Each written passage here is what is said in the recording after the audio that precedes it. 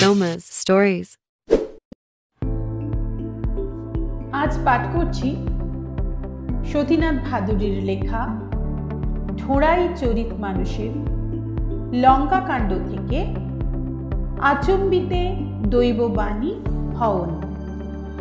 লাডলি বাবু chairman হওয়ার পর থেকে জিরানিয়ার মাস্টার সাহেবের আশ্রমেই থাকেন। ডিস্ট্রিক্ট বোর্ডের ওরসিয়ার বাবু এসে পাক্কি থেকে বাবু সাহেবের বাড়ি পর্যন্ত নতুন রাস্তা তৈয়ার করিয়ে দিয়েছিলেন। নতুন কুরসাইলা জিরানিয়া লাইনের বাসটা সেই রাস্তা দিয়ে রোজ বাবু সাহেবের দুয়ারে এসে দাঁড়ায়। বাবু সাহেব প্রত্যহ জিরানিয়াতে যাতায়াত করেন অনিরুদ্ধ মোক্তারের কাছে। ঢোড়াইরা আবছা ভাবে অনুভব করে যে একটা কোনো বিপদ আসছে তাদের উপর। কোথা দিয়ে আসবে, কেমন করে আসবে তা তার জানা নেই। তবে বাবু সাহেব কাছারি যাচ্ছে রোজ, নিশ্চয়ই রাম নেওয়াজ মুন্সি কানুনি সালা দিচ্ছে তাকে। পরিষ্কার করে বলে না ঢোড়াই, কিন্তু তারা সবাই জানে বিপদ একদিক থেকেই আসে আধিয়াদারদের, জমির দিক থেকে। যেদিন ইচ্ছে জমি থেকে সরিয়ে দিতে পারে বাবু সাহেব। এত দিন হয়ে গেল, এখনো কংগ্রেসের কানুন এলো না। ভলেন্টিয়ারকে জিজ্ঞাসা করলে বলে, কানুন কি কমলা লেবুর বিচি যে টিপে দেবে আর কুচ করে বেরিয়ে আসবে? এদিকে বাবু সাহেব যে রোজ ডেকে পাঠাচ্ছে সাঁওতাল টোলা আর কৈরি টোলার আধিয়াদারদের নতুন করে টিপসই দেখানোর জন্য। সকলে যখন প্রায় অধৈর্য হয়ে পড়েছে, তখন একদিন সত্যি সত্যি কানুন এসে গেল। ভলেন্টিয়ারকে দিয়ে মহাত্মাজি পাঠিয়েছেন পাটনা থেকে। ভলেন্টিয়ার বলে, কত নেবেন নেন, একটা, দুটো, তিনটে, চারটে, আরো বিলটা আরো একটা বলে সার্কাসের ভাঁড়ের মতো বটুয়া থেকে বিড়ি বার করে। মরদের কথা হাতির দাঁত, কংগ্রেসি কথা রেখেছে কিনা দেখুন। দু মুখ দিয়ে কথা বলে না মহাত্মাজির চালারা। বিনা রসিদে কোনো আধিয়াদারদের ফসল দেবেন না। 18 শের পাবে জমিদার, 22 শের আপনি, আধা আধি নয়। মজকুরি সে পাই আর কোনো জমিদার রাখতে পারবে না। যারা নগদ খাজনা দেবে তাদের খাজনা কমে যাবে। যাদের জমি নিলাম হয়ে গেছে ফেরত পাবে। তার জন্য দরখাস্ত দিতে হবে ফারাম এ। আমার কাছে ফারাম আছে, আমি সস্তায় ফারাম দেব আপনাদের।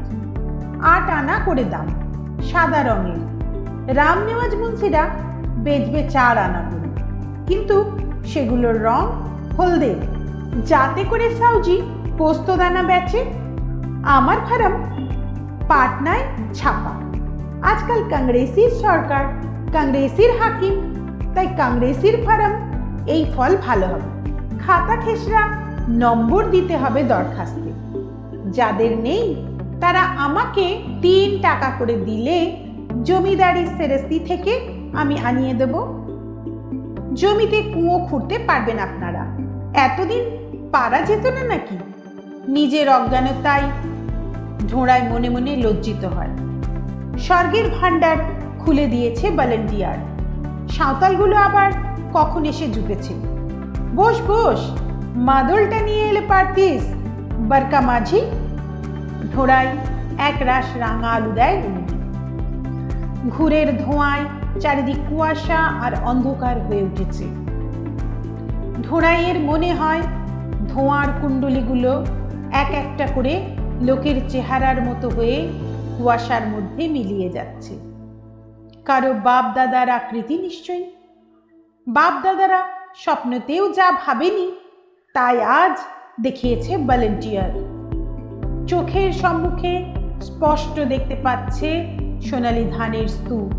তার 22-এর দিকটা মোরঙ্গের, পাহাড়ের মতো উঁচু হয়ে উঠেছে, আর 18-র দিকটা যেন মেঠো ইঁদুরের গর্তের উপর বালির ঢিপি। সেই দিকটায় বসে রয়েছে বাবু সাহেবের সেপাই বটেশ্বর সিং। ভলেন্টিয়ার উঠে দাঁড়ায়। বাবু সাহেবের নতুন বৈঠকখানায় তার শোবার জায়গা রয়েছে। সেই ভালো ভলেন্টিয়ার শীতের মধ্যে ভলেন্টিয়ারের বোধহয় একটু লজ্জা করে। সে আগুনের মধ্যে থেকে একটা রাঙা আলু বের করে নেয়।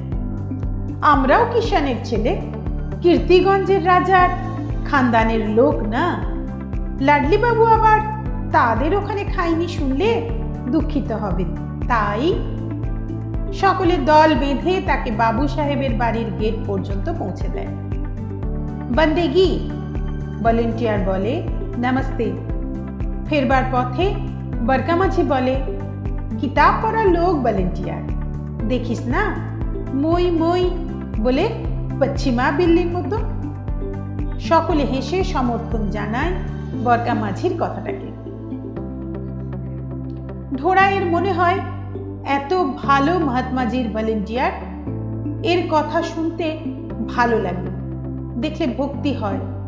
তবু কোথায় যেন একটা ব্যবধান আছে। ভালো না হলে কি আর রামায়ণ পড়া লোক তার দুয়ারে ঘুরে বেড়ায়? রামায়ণের হরফগুলো একটা পাতলা পর্দা টেনে ধরেছে তাদের আর ভলেন্টিয়ারের মধ্যে।